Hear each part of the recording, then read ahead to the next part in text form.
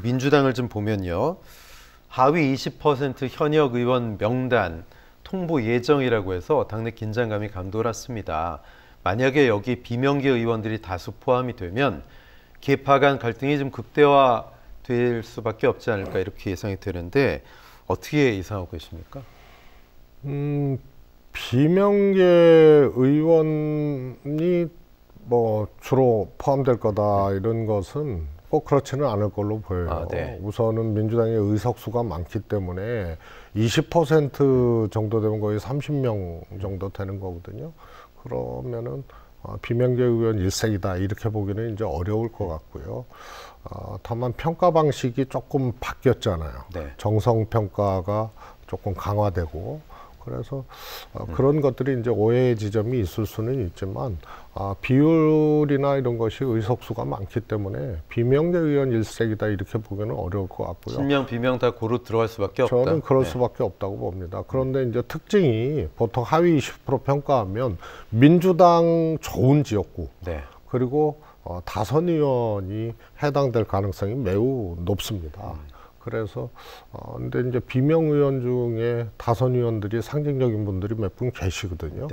그래서 이제 그런 분들이 이제 포함이 되면 이제 반응이 이제 안 좋게 나올 수밖에 없는 거죠. 반응이 안 좋게 나온다는 건 무소속 출마를 강행한다고 하든가 아니면 뭐 지금 빅텐트가 만들어진 제3지대로의 이탈 가능성 이런 것도 배제할 수 없겠어요. 일부는 저는 있을 수 있다고 보는데요. 특히 이제 하위 20% 중에서도 앞에 10%에 걸린 분들은 페널티가 자기 득표, 경선 득표의 30%거든요.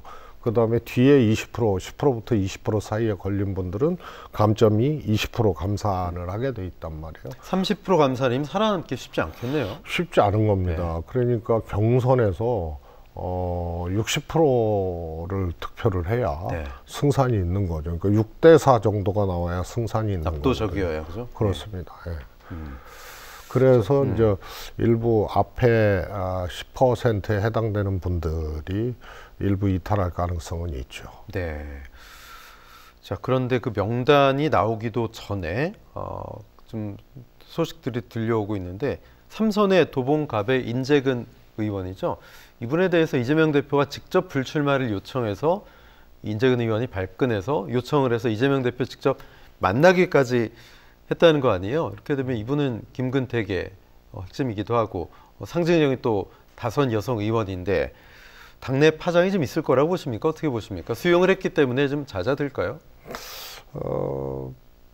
우선은 대표가 직접 나서서 저렇게 한 것 자체가 굉장히 이례적인 거거든요. 그다음에 어떤 득실 판단에서 저렇게 했는지는 몰라도 대표는 그야말로 마지막 관문이잖아요.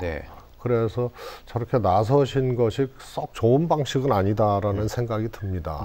대표가 나서지 않고 조정 기능이라든가 이런 것들을 달리 작동을 시켰으면은 훨씬 더 좀 파장이 덜할 텐데 직접 나서셔가지고 조금 이제 문제가 되는 케이스고요. 그런데 이제 저렇게 불출마를 권유하거나 혹은 경쟁력 조사에서 좀 처진 후보한테 대표가 직접 전화 걸어서 설명했다는 거는 당신 국선이 안 될 것 같다. 그런 거는 좀 일종의 불출마 종용이죠. 압박으로 이제 느껴지는 거거든요. 근데 그 해당 지역에 누구를 어떻게 하느냐. 그래서 누구 이름까지 나왔다는 거 아니에요? 지금 김남근 변호사가. 그렇게 됐는데 그게 또 공교롭게 친명이다. 그러니까요. 이렇게 되면은 친명 위주의 공천, 친명 비명 프레임. 비명은 피해보고 친명은 이득 보고 이런 프레임에 또 갇히게 되는 거거든요. 그래서 최근에 민주당의 공천 방식이나 저런 과정들 이런 것들이 오히려 그 프레임을 더 강화시키는 그런 결론은 그게 조금 오만하고 혹은 사적인 공천 이런 걸로 비춰질 수 있는 거기 때문에 조금 제가 보기에는 위험한 그런 과정들이 아닌가 싶습니다. 자,